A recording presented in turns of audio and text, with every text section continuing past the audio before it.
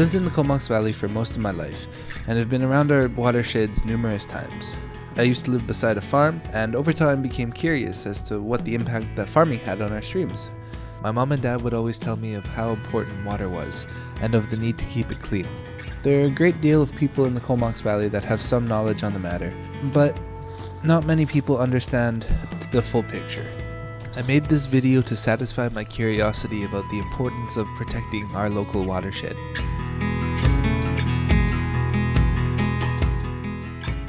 I think that in today's age, we are able to have a fairly accurate determination of what pesticides and poisons do. And I think any of those that are not safe for human consumption should probably be reconsidered completely.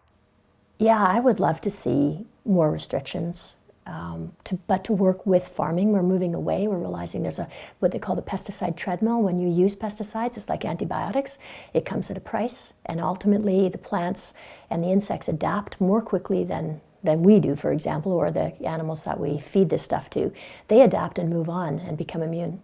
And that's happened with pesticides as well.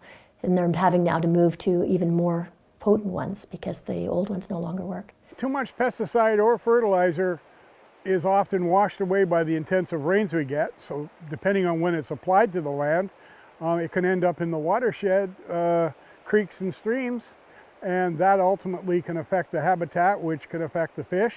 We need to have our local governments do it more. I mean, they've done quite a good job so far, but I'd like to see more of the environmental farms movement where they educate farmers and move them away from pesticides. The biggest ask I have is to stop using Roundup on Ducks Unlimited lands in our estuary where they grow genetically engineered corn. They have in the past. That land is a combination of DUL land that's leased to farmers that have grown genetically engineered corn right there for the cows, the dairy cows in our valley, ate it, and it's saturated with Roundup. And there's a lot of information out now on the level of Roundup contamination. It's endemic. It's in our bodies, it's in the water, it's virtually everywhere they test. And they're finally starting to test in North America. And you can finally be tested here in Canada as well. And they're finding it's literally everywhere. This is a big problem. You know, it was an antibacterial, it's a chelator of minerals. It was a pipe cleaner. The glyphosate, that was its first purpose, was a pipe cleaner, to descale pipes because it binds up minerals. It also does that in the soil. It's antibacterial, it affects soil microorganisms, it affects gut microorganisms. We're a microbiome. When we eat things saturated in Roundup, it changes our health and not for the better. I'm a big believer in more available biotechnologies or even just technologies that are like diatomaceous earth.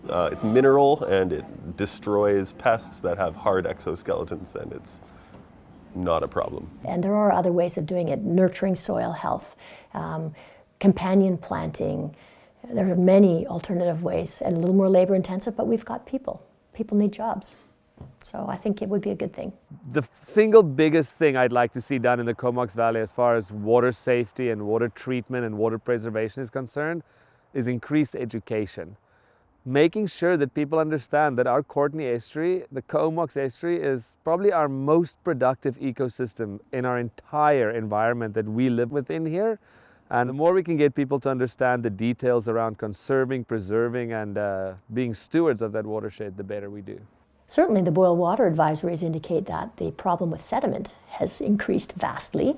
And again, I think it's because of the forestry, the logging practices here. After they logged Cruikshank Canyon is when we started to have month-long boil water advisories every year. There's not been a lot of discussion about the impact of logging on our water supply since there's not a lot of people living around Comox Lake, nor is there a lot of agriculture, but I think our drinking water is impacted a great deal by the logging activity in the watershed. Nowadays, more intensive farming is somewhat out of balance with its local environment. I would like to see them advocate to the province for stronger water protection and watershed protection, because everything, as you were saying earlier, is connected.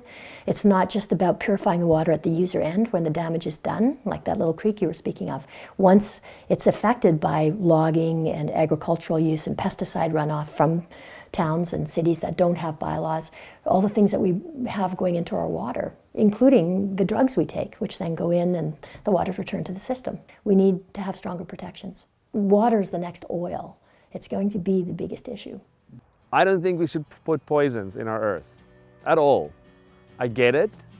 We can get larger crops, we can get different results using pesticides, but I mean, I don't like the idea of poison in my food. Do you?